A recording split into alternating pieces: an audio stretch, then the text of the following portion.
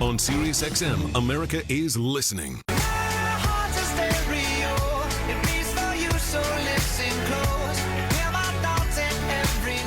Man, I did not think this would blow up the way it did during the commercial break. So here it is. Polymarket is accusing the FBI of obvious political retribution after agents raided the New York City home of the CEO, Shane Copeland. 1 week after the election, betting platform accurately predicted Trump's stunning victory. So they didn't like the way it turned out. They went after the CEO. Lydia Hugh with this report on it to get us started. Lydia. Yeah, hi there, Harris. We are now also hearing from Elon Musk after the FBI raided this 26-year-old's CEO's home here in Manhattan just yesterday, confiscating his cell phone and other electronic devices after his platform, Polymarket, accurately predicted the odds of Trump's victory at 58%. CEO Copeland posted this in an X post about that raid, quote, "It's discouraging that the current administration would seek a last-ditch effort to go after companies they deem to be associated with political opponents.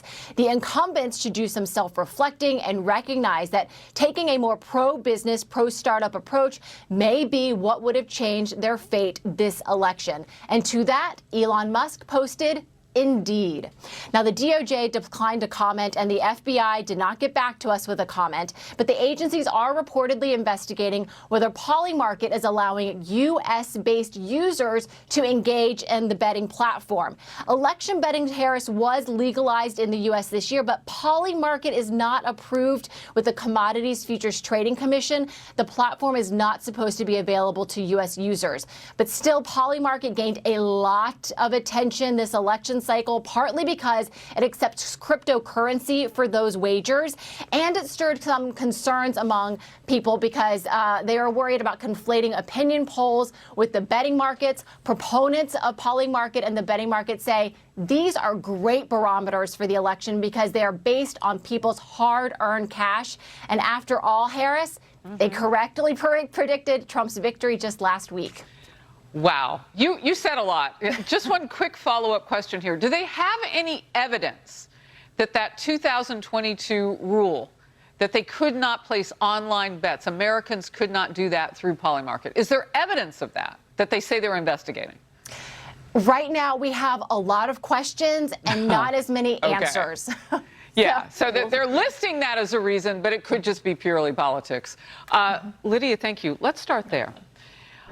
So if there's not a lot of evidence or there's zero evidence, what's the impetus here? Well, I mean, that's why I think if the raid, it went down, as we understand it this morning, at the apartment here in Manhattan, they took his cell phone, his computer, also took his girlfriend's phone as well. This was, I mean, this is, you know, these guys went all in on this raid. I think Lydia made the point. I have a feeling this is what it's going to be. Fox Business did reach out to the FBI for comment. They did not respond to us. But the violation of U.S. gambling law, that would make sense, but they're looking for evidence. Maybe they got some tip-off. Maybe they're tracking the crypto trades globally. I don't know. But all of that's electronic and can be tracked if you're smart. I'm just curious about the timing. Yeah. Okay, so 2 years ago, it was ruled that Americans couldn't do online betting through Polymarket. 2 years ago. So they've had 2 years to look for the evidence of them breaking the rules at that particular corporation.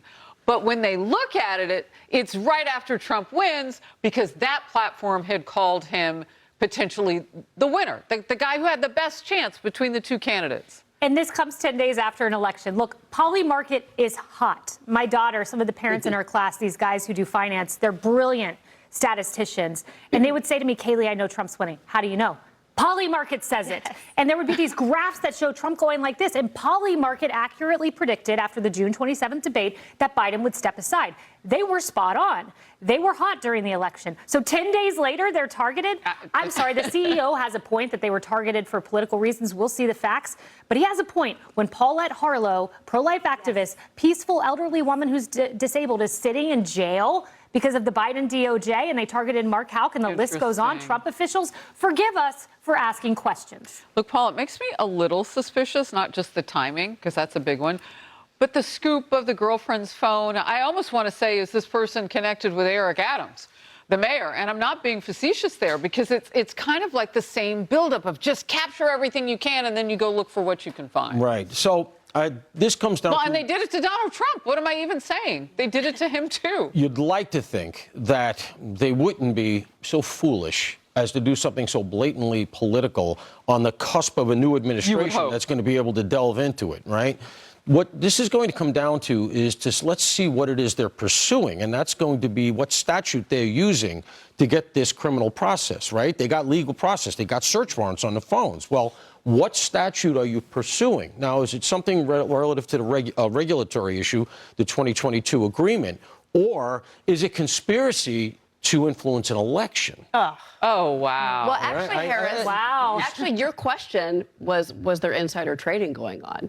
I'm paraphrasing a question that you brought up earlier. You're making it make more sense. I'm just saying that was a smart question. Oh, well, thank you. I'll take it. No, That's the point. Are they going in the sort of Alvin Bragg, Phony Willis direction here? We're saying you were trying to influence an election, Polly. That's why we want you're all over this election. Yeah. You put out, because that's the implication. I don't even know believe that. How you and Emily do this on the legal side. Like, that is a level of thirst.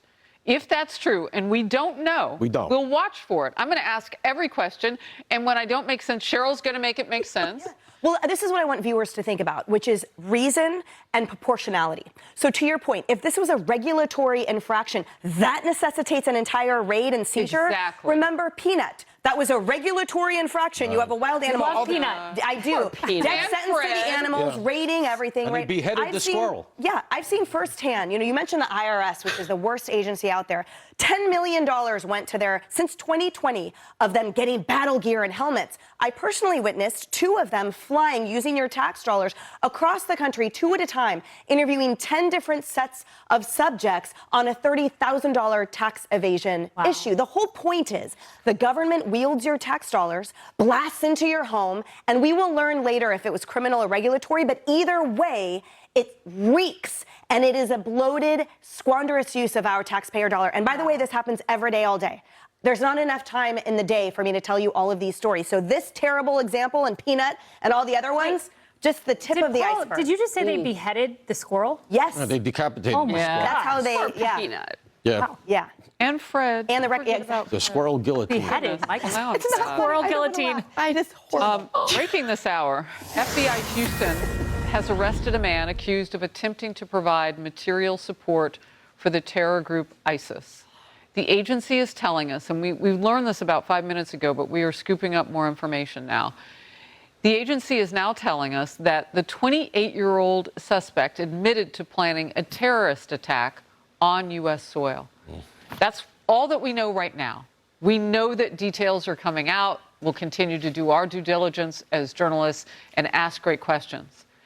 I want to share with you now the FBI statement, a quote. FBI Houston Special Agent in charge, Douglas Williams, announces the arrest of 28-year-old Anas Saeed.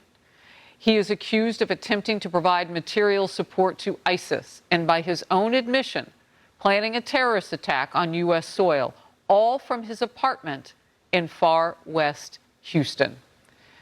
The suspect has admitted to researching how to conduct an attack on local military recruiting centers, offering his home as safe sanctuary to ISIS operatives, bragging he would commit a 9/11-style attack if he had the resources, attempting to produce ISIS propaganda. More as we get it on the story. Stay with us.